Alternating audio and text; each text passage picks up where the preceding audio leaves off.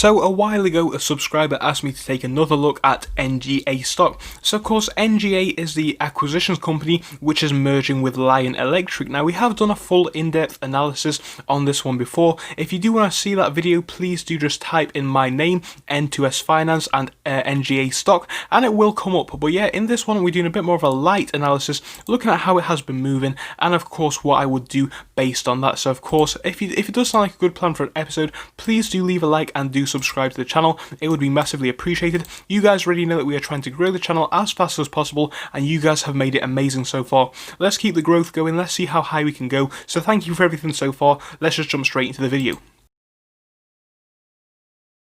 So guys, before we do fully begin, I am not a financial advisor. This is just my opinions and all that kind of good stuff. But yeah, this stock is actually starting to pick up a bit of momentum. If we're looking at this one on the past 5-day chart, we can see we started off the week, which was of course this Monday, on a price of about $19.80. From where we are right now, we're sat at $22.97. So we're looking at a bit of an increase, to be honest. It's a 15% gain. Things are looking decent for the company. Honestly, I do like Lion Electric. They produce rather large electric vehicles, and of course this is something that we are going to be needing more in the future. And when it comes to this stock, I would still consider it to be a fairly decent buy pre-merger, but of course it is hard to say. I think at $22 you've definitely got to be asking yourself what is going to happen once the merger does get completed. So my personal view on this one is we are possibly going to see a little bit of a sell-off post-merger, and that is because it's just really hard to say. I think a lot of people are looking into Lion stock, but on the same note, not a lot of people in relation to some of the other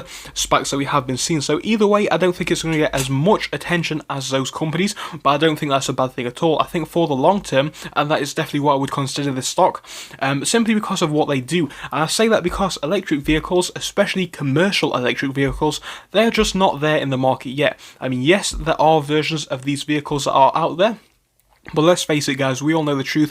A lot of trucks are diesel, a lot of buses are diesel, a lot of these big vehicles are powered by diesel. And of course, until that Geneva Agreement, or Paris Agreement rather, of 2030 does come into place, I think that is going to be the case, because, you know, unless there is some legislation to enforce people to buy these vehicles, or at least some incentive to force people to buy these vehicles, they won't be buying these vehicles as much. Now don't get me wrong, I think we are definitely in a better position than ever when it comes to electric vehicles and subsequently electric vehicle sales. I think if you are going to be buying NGA stock, I think you are going to be seeing growth over the next 5 to 10 years. My personal view is that pre-merger, we do have a bit more room for growth, obviously, based on what we have been seeing. I think it's fair enough that it has been on the decline since about the 7th, but I think, you know what, if we can carry on and see a bit more growth, take us past $25, maybe even touch 30 pre-merger, we're in a very good position. I think this stock's definitely going to be doing fantastic if we can hit about 30 to 35 pre-merger, and I think, you know, in the next year or so, we do have big potential coming for the stock.